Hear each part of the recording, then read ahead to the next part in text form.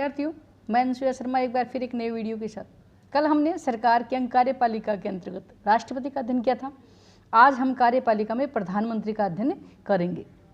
भारत में संसदीय शासन व्यवस्था को अपनाया गया और संसदीय शासन व्यवस्था में राष्ट्रपति नाम मात्र की कार्यपालिका होती है और वास्तविक कार्यपालिका होती है प्रधानमंत्री और उसकी मंत्रिमंडल। प्रधानमंत्री पद का उल्लेख अनुच्छेद 74(1) में दिया गया है कि राष्ट्रपति को सलाह देने के लिए एक मंत्रिपरिषद होगी जिसका अध्यक्ष होता है प्रधानमंत्री।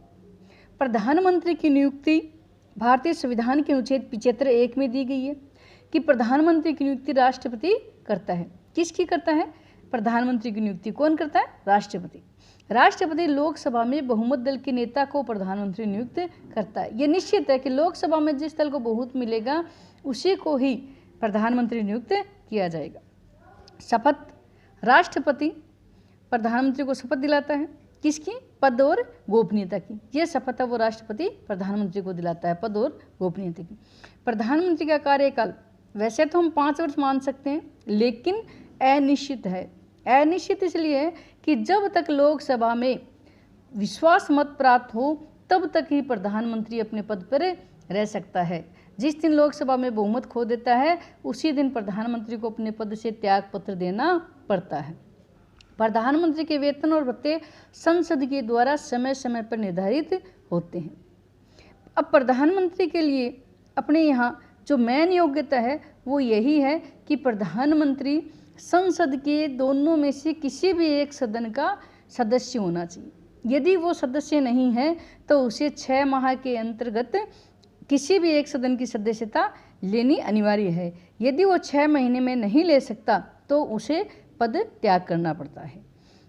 और प्रधानमंत्री है वो वैसे राष्ट्रपति के प्रसाद पर्यंत अपने पद पे बना रहता है, लेकिन ज़्यादा जरूरी ये है कि उसे लोकसभा में विश्वास मत प्राप्त होना चाहिए।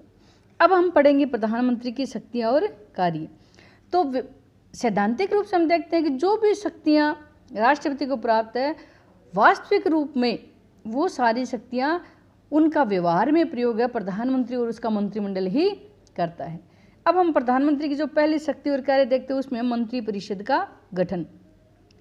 जितने भी मंत्री होते हैं उन सारे मंत्रियों की नियुक्ति, उनमें विभागों का बंटवारा, या जब भी मान लो प्रधानमंत्री उनसे संतुष्ट ना हो तो उन विभागों में फेरबदल, ये सारे काम मंत्रिपरिषद का गठन, नियुक्ति, विभागों का बंटवारा प्रधानमंत्री के द्वारा ही किए जाते हैं।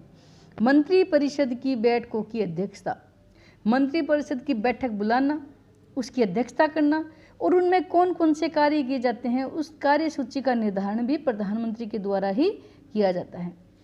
तीसरा है राष्ट्रपति व मंत्रिपरिषद के बीच कड़ी। प्रधानमंत्री राष्ट्रपति और मंत्रिपरिषद के बीच संवाद की मुख्य कड़ी है।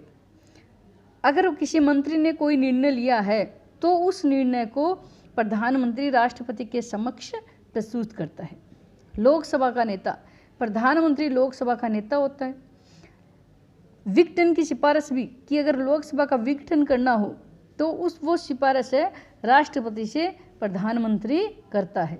इनके अलावा नीति आयोग, राष्ट्रीय विकास परिषद, राज्य अंतर्राज्य परिषद, राष्ट्रीय परिषद, इन सब का अध्यक्ष भी प्रधानमंत्री होता है। इसके अलावा वह केंद्र सरकार का मुख्य प्रवक्ता होता है और राष्ट्र की विदेश नीति भी प्रधानमंत्री के द्वारा ही किए जाते हैं। तो ये सारे प्रधानमंत्री की शक्तियाँ और कार्य है। धन्यवाद।